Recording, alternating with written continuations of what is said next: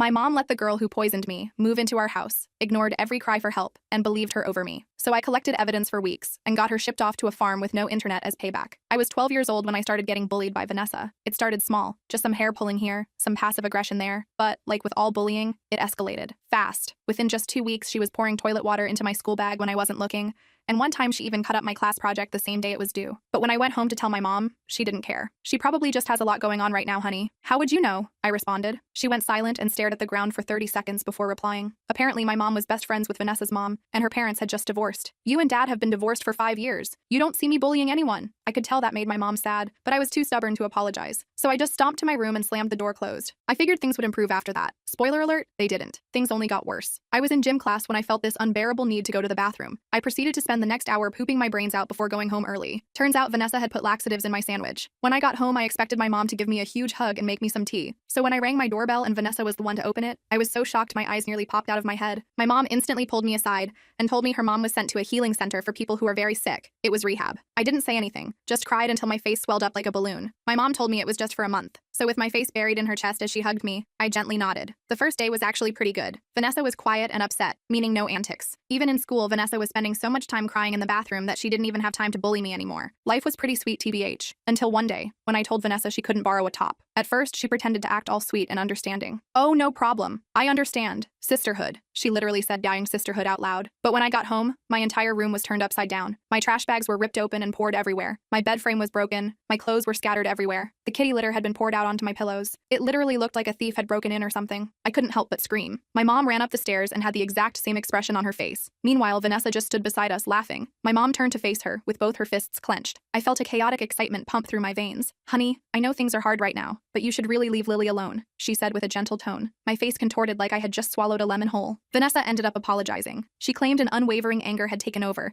because of her mom being in rehab. I rolled my eyes as she recited the same sob story for the third time, but with no parental protection. I was pretty scared to say no to her after that, and she knew it too. Every day she'd wear my clothes, never bring them to the laundry room, and cut up my tops to make them look cropped. This caused a lot of resentment, so when she asked me to do her homework, I said no, because she was days behind, and I was extremely busy studying for the exams. Are you effing serious? My mom is the one in rehab right now. I sighed and tried to go back to whatever I was doing, but she kept going. You and your mom are so exhausting. If I was your dad, I would have abandoned you too. My mouth went completely dry. I turned to look at her with tunnel vision. My eyes narrowed. What? I asked, my voice dangerously calm. She stood there awkwardly for a few seconds, before resorting to throwing one of my textbooks at me. That's when I heard the footsteps. My mom sprinted up the stairs. Lily, I told you Vanessa is going through something. Be nice. And somehow, the entire thing was twisted to make Vanessa seem like an angel. Again, both of them teamed up on me saying I need to prioritize Vanessa's happiness and think of others. So I turned to face Vanessa and gave her a hug. A can't breathe, tight, I love you so much type of hug. And I could feel her face move into a grin. But she didn't realize I was smirking back. Because my mom may have been fooled, but I wasn't. And rehab or not, my life had become hell. And it was time for Vanessa to pay the price. My first move was gathering evidence. I snuck into the guest room while Vanessa was in the shower and found her phone. She didn't even have a password on it. I scrolled through her texts with her friends where she bragged about all the stuff she'd done to me. I took pictures of everything with my old iPod. Then I found something even better. She had a diary under her mattress where she wrote about how much she hated me and my mom, and how she was purposely trying to make my life miserable. I spent half the night copying the worst pages and putting them in a folder under my bed. I also set up my old baby monitor camera in my room, hidden on my bookshelf. If she tried to trash my room again, I'd have proof. This morning at breakfast, Vanessa was extra nice to my mom, helping with the dishes and everything. But when my mom went to take a shower, Vanessa leaned across the table and whispered, "I'm going to make you wish you were never born." I just smiled and ate my cereal. Little does she know, I'm already 3 steps ahead of her. I'm done being the victim in this story. My mom might not believe me yet, but she will. I have 26 more days until Vanessa's mom gets out of rehab,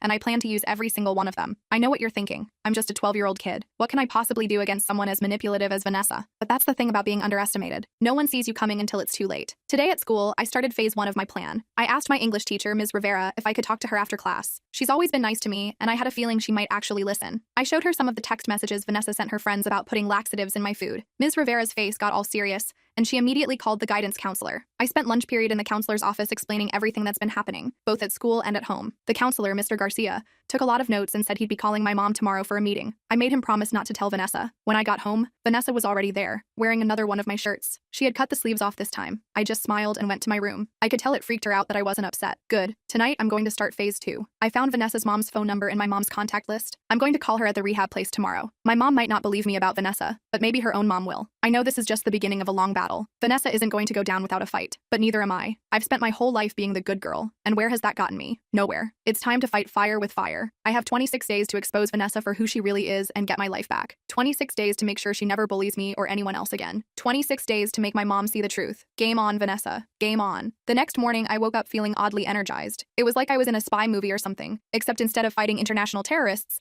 I was just trying to take down a 12-year-old psychopath who happened to be living in my house. I checked my hidden camera setup before leaving my room, still working perfectly. Vanessa was already at the kitchen table when I came down for breakfast, acting all sweet to my mom again. She'd made toast for everyone, probably poisoned mine, and was chatting about some TV show they both watched. I grabbed a granola bar from the pantry instead and stuffed it in my backpack. "Not hungry, sweetie?" my mom asked, looking concerned. I mumbled something about eating later and headed for the door. I didn't miss the little smirk Vanessa gave me behind my mom's back. Whatever, let her think she's winning. At school, I met up with Jessica by our lockers. Jessica's been my best friend since kindergarten, and she's the only person who knows the full extent of my plan. She was wearing this bright yellow sweater that made her look like a walking sunshine, which was kind of perfect because she's always been the optimistic one between us. "Did you call the rehab place yet?" she whispered as we walked to first period. I shook my head. "Doing it this afternoon. I'm more worried about the meeting with Mr. Garcia and my mom." Just then, I spotted Vanessa down the hall with her friends. They were all huddled together, probably plotting something awful. When she saw me looking, she did this fake little wave and smile. I just stared back without reacting. Her smile faltered a bit, which felt like a tiny victory. First period was math, which normally I hate, but today I was too busy planning to care about fractions. Mr. Garcia had told me he scheduled a meeting with my mom for after school, and I was trying to figure out how to make sure Vanessa wasn't there for it. The last thing I needed was her twisting everything around again. During lunch, I sat with Jessica and our friend David. David's kind of a computer nerd, in a good way, and I was thinking he might be able to help me with some tech stuff for my plan. I was in the middle of explaining what I needed when I felt something cold and wet pouring down my back. I jumped up with a yelp. Vanessa was standing behind me with an oops expression, holding an empty juice bottle. "Oh my gosh, I'm so sorry," she said in the fakest voice ever. I totally tripped. The back of my shirt was soaked with sticky apple juice. Some of it had even gotten in my hair. Everyone in the cafeteria was staring, and a few kids were laughing. I took a deep breath. Normally, I'd probably cry or run to the bathroom, but that was the old Lily. Instead, I just grabbed my napkin, dabbed at my shirt, and sat back down. "It's fine," I said calmly. "Accidents happen." The look of confusion on Vanessa's face was priceless. She'd clearly expected me to freak out. When I didn't, she just kind of stood there awkwardly before stomping back to her table. I turned to see David had recorded the whole thing on his phone. "Evidence," he said with a grin, holding up his phone. After lunch, I snuck out to the bathroom and called Vanessa's mom from one of the stalls. My heart was pounding so hard I thought it might explode out of my chest. When someone finally answered, I almost hung up. "Cedar Springs Recovery Center. How may I direct your call?" a woman's voice said. I asked for Vanessa's mom, Mrs. Peterson. There was a long pause, and then the woman told me that patients couldn't receive calls except during certain hours, but she could take a message. I left my name and number, saying it was urgent about Vanessa. I wasn't sure if Mrs. Peterson would call back, but it was worth a try. By the time the final bell rang,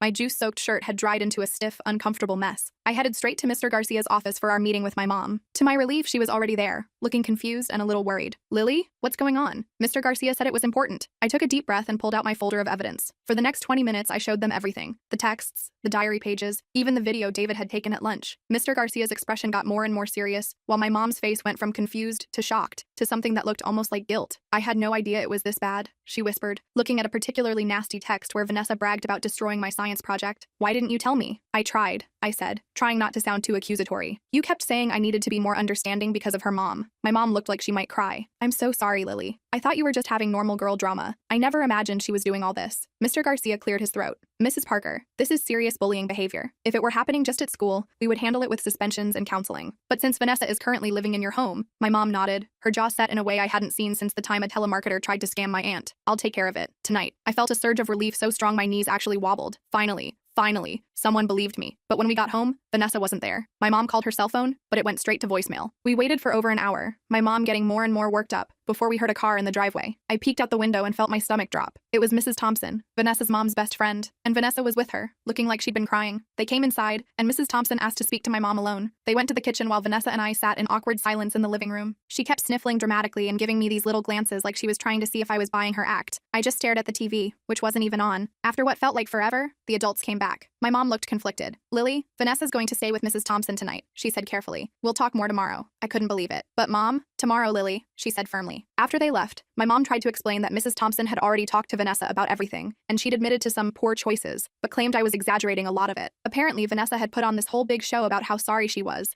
and how she'd just been so upset about her mom. So you believe her again? I asked, my voice cracking. No, honey, I believe you, my mom said, pulling me into a hug. But Mrs. Thompson asked for one night to sort things out. Vanessa will be back tomorrow, and we're going to have a serious talk with both of you. I went to bed that night feeling uneasy. Sure, my mom believed me now, but Vanessa was slippery. She'd already started damage control with Mrs. Thompson. What else was she planning? The next day was Saturday, which meant no escape to school. I woke up late, around 10, and found my mom making pancakes downstairs. The doorbell rang just as I was pouring syrup on my stack. It was Mrs. Thompson again, with Vanessa hiding behind her. But something was different this time. Vanessa looked scared. Mrs. Thompson wasn't smiling either. Come in, my mom said, her voice neutral. We were just having breakfast. We all sat at the dining table in the world's most awkward pancake party. No one touched their food. Finally, Mrs. Thompson cleared her throat. I owe you both an apology, she said, looking at me and my mom. After I got home last night, I found some disturbing things on Vanessa's phone, things that confirm everything Lily has been saying. My heart did a little victory jump. Mrs. Thompson explained that she'd checked Vanessa's phone while she was in the shower and found not just the texts about me, but messages to her mom that had never been sent. Horrible things about how she was glad her mom was locked up so she could finally have some fun. Vanessa stared at her plate the whole time, her face red. When Mrs. Thompson finished, my mom turned to Vanessa. Is this true? She asked quietly. Vanessa didn't answer, just gave a tiny nod. I've spoken with her mother this morning, Mrs. Thompson continued. She's extremely upset. She wants Vanessa to come stay with me until she's out of rehab, but understands if that's not possible given everything that's happened. My mom looked at me, clearly asking what I wanted. For a second, I almost felt bad for Vanessa. Almost. She can stay here, I said finally, but there need to be rules. And that's how we ended up with the Vanessa rules. She had to stay out of my room completely. She had to ask permission before borrowing anything. She had to do extra chores to make up for the damage she'd caused. And most importantly, if she bullied me or anyone else even one more time, she'd be sent to stay with her grandmother in Michigan, who was apparently super strict and lived in the middle of nowhere. The next week was weird. Vanessa was like a different person. Quiet, polite, always doing what she was told. At school, she avoided me completely. When she saw me in the hallway, she'd turn and walk the other way. My friends thought it was hilarious, but I couldn't shake the feeling that she was just biding her time. I was right. It happened during week 2 of her stay. I was sitting at my desk working on a history project when I heard a weird noise coming from the bathroom we shared. I paused my music and listened. It sounded like sniffling. Was Vanessa crying? I hesitated outside the bathroom door. Part of me thought it might be a trap, but what if she was actually upset? I knocked softly. Vanessa, you okay? The door opened a crack, and her tear-stained face appeared. She looked awful, like she'd been crying for hours. My mom called, she whispered. She's not coming back. What do you mean? I asked, confused. Vanessa pushed the door open wider and showed me her phone. There was a text from her mom that said she'd decided to extend her stay at the rehab place and then visit her sister in California for a while. She's abandoning me, Vanessa said, her voice breaking, just like my dad did. For a moment, I actually felt sorry for her. I awkwardly patted her shoulder and told her it would be okay, that her mom probably just needed more time to get better. Vanessa nodded and thanked me for being nice, even after everything she'd done. I went back to my room feeling weirdly conflicted. Maybe Vanessa really was changing. Maybe she just needed someone to be kind to her. The next morning, I woke up feeling like death. My throat was on fire, my nose was completely stuffed, and my head felt like it was full of concrete. I had a raging fever too. When my mom came to check on me, she immediately called the doctor. Must be that flu that's going around, she said, bringing me some tea and medicine. Vanessa had a touch of it last week, but it wasn't this bad. I spent the next 3 days in bed, missing school and feeling like garbage. Vanessa was actually pretty nice, bringing me soup and even letting me borrow her iPad to watch Netflix since mine was broken. By the 4th day, I was starting to feel human again when I got a text from Jessica. Check Instagram now, it said, with about 50 exclamation points. I opened the app and nearly dropped my phone. Someone had made an account called Lily the Loser, with a profile picture of me sleeping with my mouth open, drooling. There were at least a dozen posts, all pictures of me from the last few days,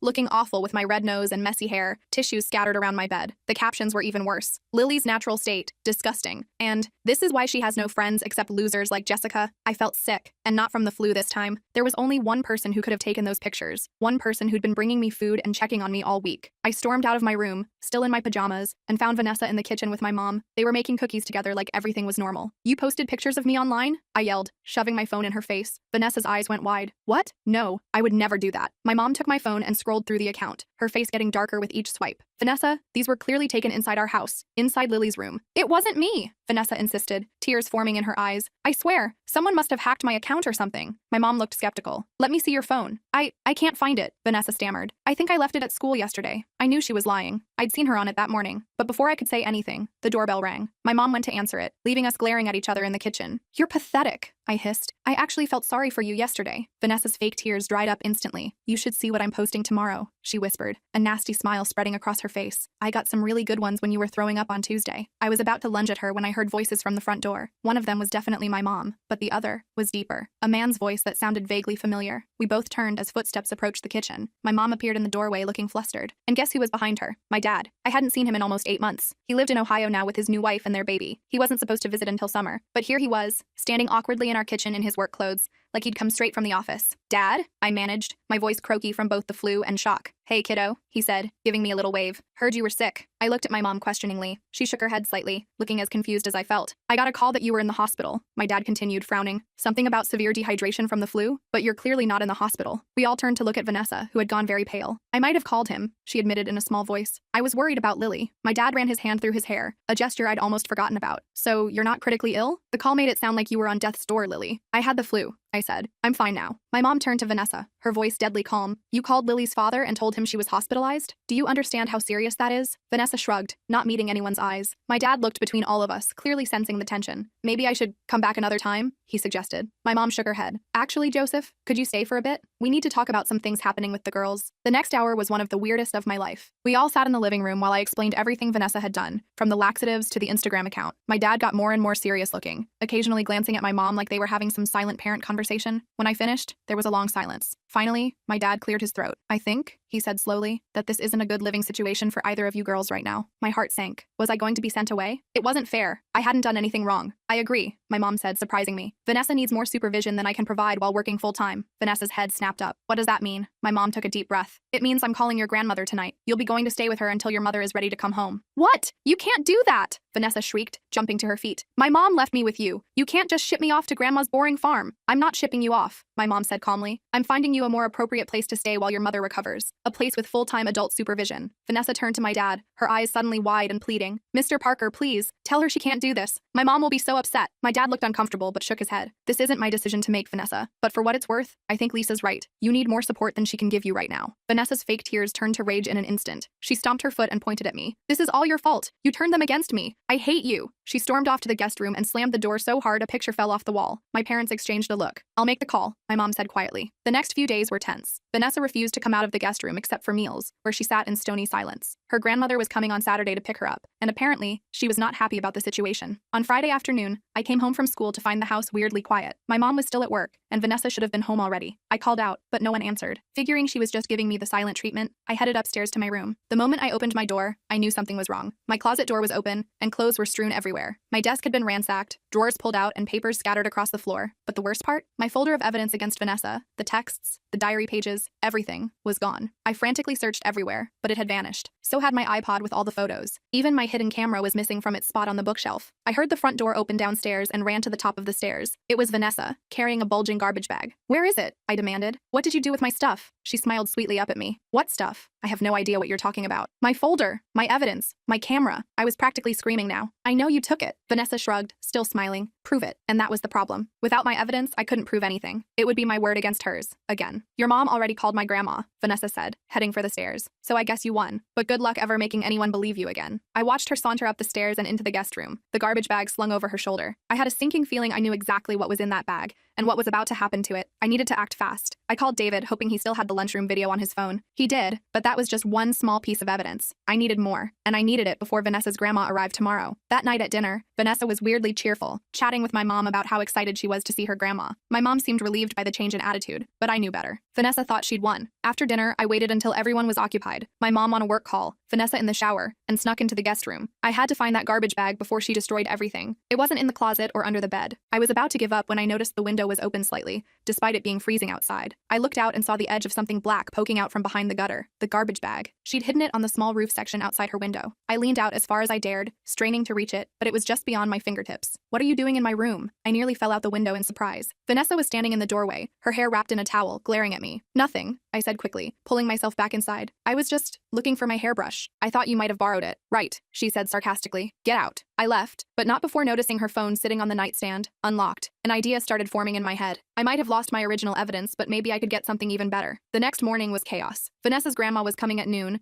and there was a flurry of last-minute packing and preparations. I kept my head down, pretending to be busy with homework while watching Vanessa out of the corner of my eye. Around 11:30, my opportunity came. Vanessa went to take one last shower, and my mom was outside bringing in the garbage cans. I darted into the guest room and grabbed Vanessa's phone. My hands were shaking so badly I could barely type, but I managed to open her messages and start scrolling. There were dozens of texts to her friends about me, each one worse than the last. I forwarded as many as I could to my own number before I heard the shower turn off. I quickly put the phone back exactly where I'd found it and slipped out of the room. My own phone was buzzing nonstop as the messages came through. There were so many. Screenshots of the Instagram account she'd made about me, plans to put laxatives in my food, even a message where she bragged about trashing my room. 10 minutes later, a car pulled into our driveway. Vanessa's grandma had arrived. She was a stern-looking woman with silver hair pulled into a tight bun. She barely smiled as my mom greeted her at the door. Vanessa came downstairs with her suitcase, looking like she was going to a funeral. When she saw her grandma, she put on a big fake smile and ran to hug her. "Oh, Grandma, I've missed you so much," she gushed. Her grandma patted her back awkwardly. "Hello, Vanessa. Are you ready to go?" I stayed in the background, not wanting to make a scene, but as they were about to leave, I couldn't help myself. I stepped forward, phone in hand. "Mrs. Peterson?" I said, trying to keep my voice steady. "Before you go, there's something you should see." Vanessa's eyes widened in panic. "We need to go, Grandma.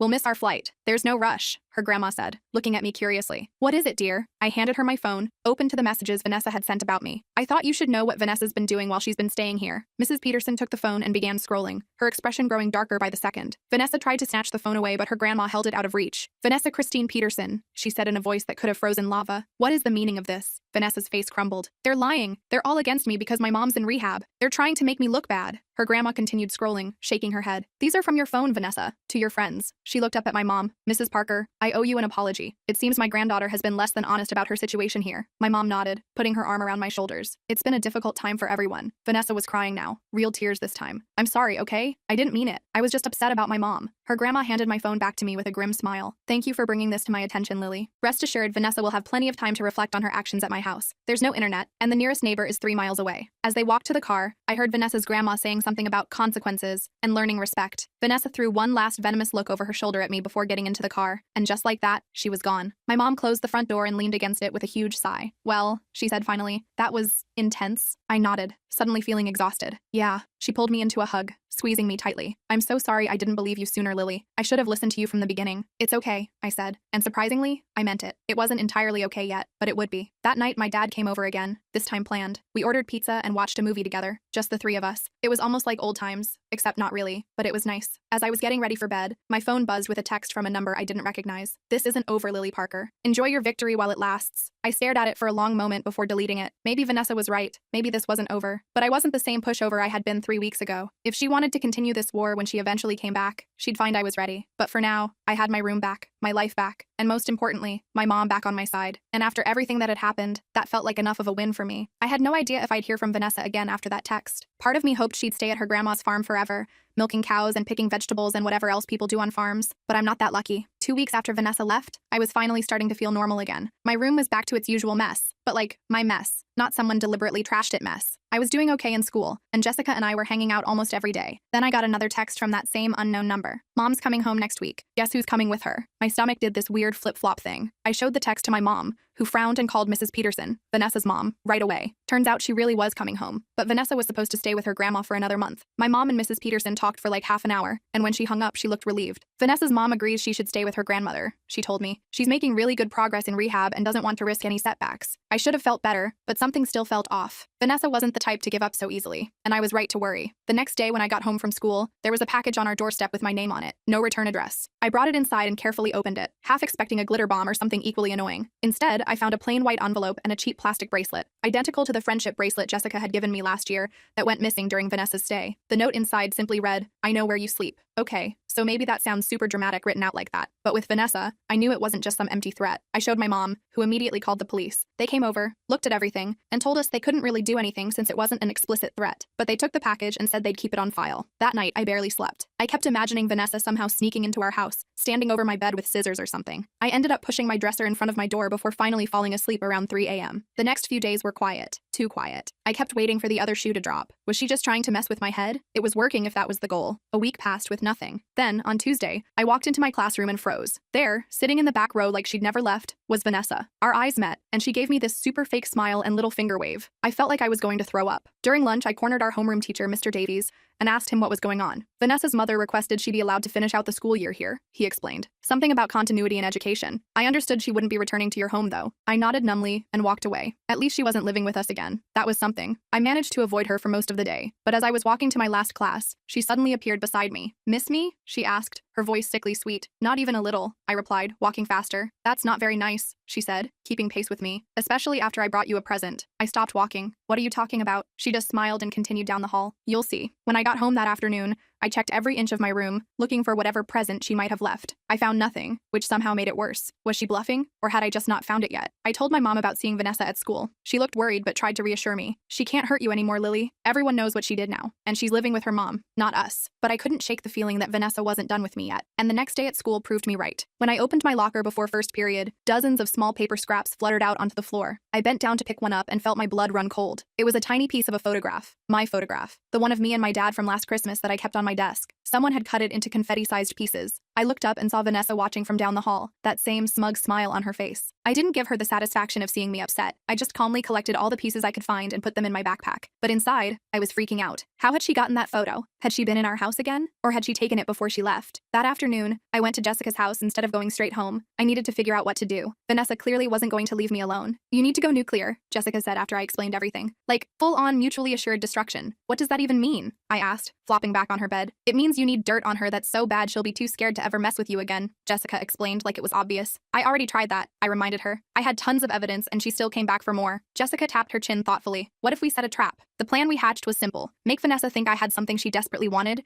then catch her in the act of trying to steal it. We'd need help though. I called David, who was totally on board. His parents had recently installed security cameras around their house, and he'd figured out how to access the footage remotely. He loaned me 2 small wireless cameras to hide in my room. Next, I needed bait. What would Vanessa want badly enough to break into my house? I thought about it all night before the answer hit me. Her diary. She'd taken mine when she left, but what if she thought I had hers? The next day at school, I made sure Vanessa overheard me talking to Jessica about finding Vanessa's real diary, hidden in the guest room after she left. I didn't look at her directly, but I could practically feel her panic from across the cafeteria. When I got home, I set up David's cameras, one pointed at my window, the other at my door. Then I created a fake diary with a bunch of blank pages and one entry at the beginning that said, "If you're reading this, Vanessa, smile for the camera." I put it in my desk drawer, slightly visible if someone was really looking, then headed to Jessica's for a sleepover. My mom was working late, so the house would be empty for a few hours. Perfect bait. Around 8 p.m., my phone buzzed with an alert from the camera app. Someone was in my room. Jessica and I huddled over my phone, watching in real time as Vanessa climbed through my window. She was wearing all black like some kind of cartoon burglar. If I wasn't so freaked out, I might have laughed. We watched as she went straight to my desk and started rummaging through the drawers. When she found the fake diary, she quickly flipped it open. I wish I could have seen her face when she read that first page. She dropped it like it was on fire and looked around frantically, finally spotting one of the cameras. She bolted back to the window and disappeared. The whole thing took less than 2 minutes. "We got her!" Jessica squealed, high-fiving me. "Breaking and entering. That's like an actual crime." I immediately called my mom, who called the police. By the time I got home, 2 officers were taking statements in our living room. They watched the footage and confirmed it was definitely grounds for charges. "We'll need to speak with the girl and her mother," one of the officers said. "Given her age, this will likely be handled in juvenile court, but it's still very serious." I nodded, feeling weirdly calm. It wasn't about revenge anymore. I just wanted Vanessa to get the help she obviously needed and to leave me alone. The next day at school, Vanessa wasn't there. Or the day after that. By Friday, rumors were flying. Everything from she'd been arrested to she'd moved to Canada. The truth came out the following Monday when our principal made an announcement that Vanessa had withdrawn from school to focus on her health. Mrs. Peterson called my mom that evening to apologize. Apparently, Vanessa had been lying to her about everything,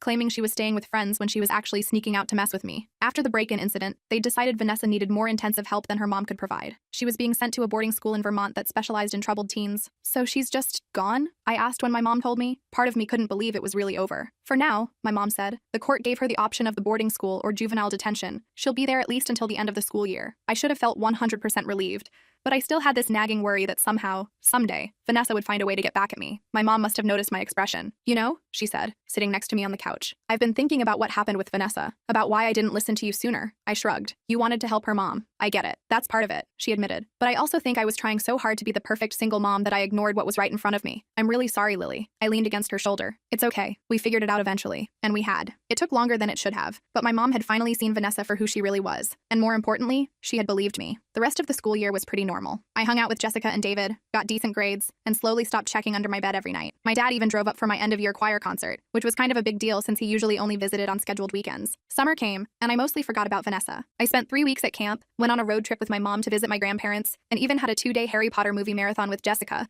where we barely slept and ate nothing but popcorn and candy. It was August when I finally heard from Vanessa again, but it wasn't at all what I expected. The letter arrived with no return address, just my name written in handwriting I recognized immediately. Inside was a single page. "Lily, I'm supposed to write this as part of my therapy, so here it is. I'm sorry for what I did to you. It wasn't about you, really. I was angry at my mom and took it out on you because you were there. That doesn't make it okay. I won't be coming back to our school. My mom is moving us to Colorado to be closer to my aunt. I hope things are good for you. It wasn't exactly a heartfelt apology, but it was something. I showed it to my mom, who read it carefully before handing it back. Do you think she means it? I asked. My mom considered for a moment. I think it's a start. People can change, especially kids, but they have to want to. I folded the letter and put it in my desk drawer, not because I wanted to keep it, but because it felt like closing a chapter. Vanessa had been this huge, scary thing in my life for months, and now she was just a girl who made bad choices. When school started again in September, I was almost 13 and starting 7th grade. The hallways felt different somehow, safer. I had my friends, my mom had my back, and even my dad was making more of an effort to be around. I sometimes think about what I would tell my past self if I could go back to when this all started. I'd probably say that standing up for yourself isn't always easy, but it's always worth it. That adults don't always get things right the first time, but good ones will listen eventually. And maybe most importantly, that even the worst bullies are just people with their own problems. But mostly, I tell myself that it gets better. Not because the world changes, but because you do. As for Vanessa, I don't know if she ever really changed, or if that letter was just something she had to write for therapy. I hope she's doing better now, somewhere in Colorado with her mom. Not because I forgive her for what she did. I'm not sure I ever will completely, but because I don't want to carry that anger around anymore. It's been almost a year since everything happened, and honestly, life is pretty good now. I'm still me, still Lily Parker, just a little stronger than before.